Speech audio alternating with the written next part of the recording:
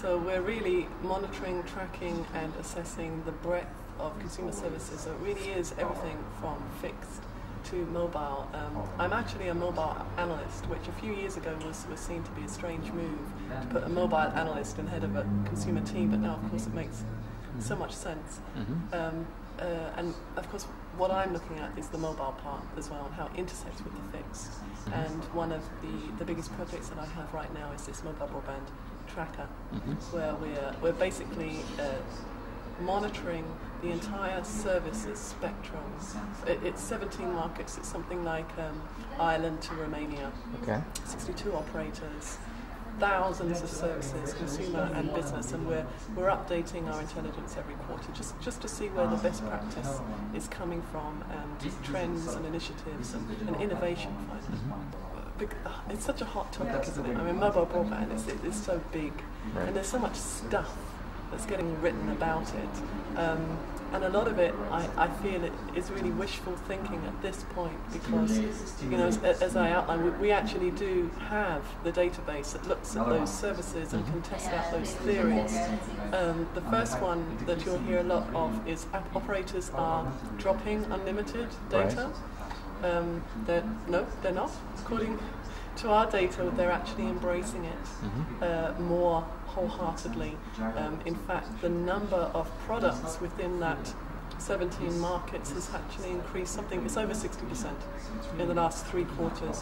So far from backing away, they're actually embracing it more frequently and with deeper penetration in the markets as well. And the markets where we see most unlimited marketing is actually our biggest and best, most mature progressive markets today, Austria, Sweden, Germany as well. These are not emerging markets for mobile broadband. They've been around the block and back, and they've arrived back at unlimited data. The other one I'm hearing is the price war days are over, which is true. It's not 2008 anymore. We're a mature market where the super aggressive pricing competitive elements have disappeared, and postpaid pricing is now at a very stable level. And that's not actually what we're seeing at all. In fact, Q2 saw a fairly dangerous dip in the postpaid entry-level plans, which we were not expecting. We think it's this new innovation that's happening in the prepaid market which is triggering this. But also a lot of pricing aggression is actually going out into the secondary market in Europe.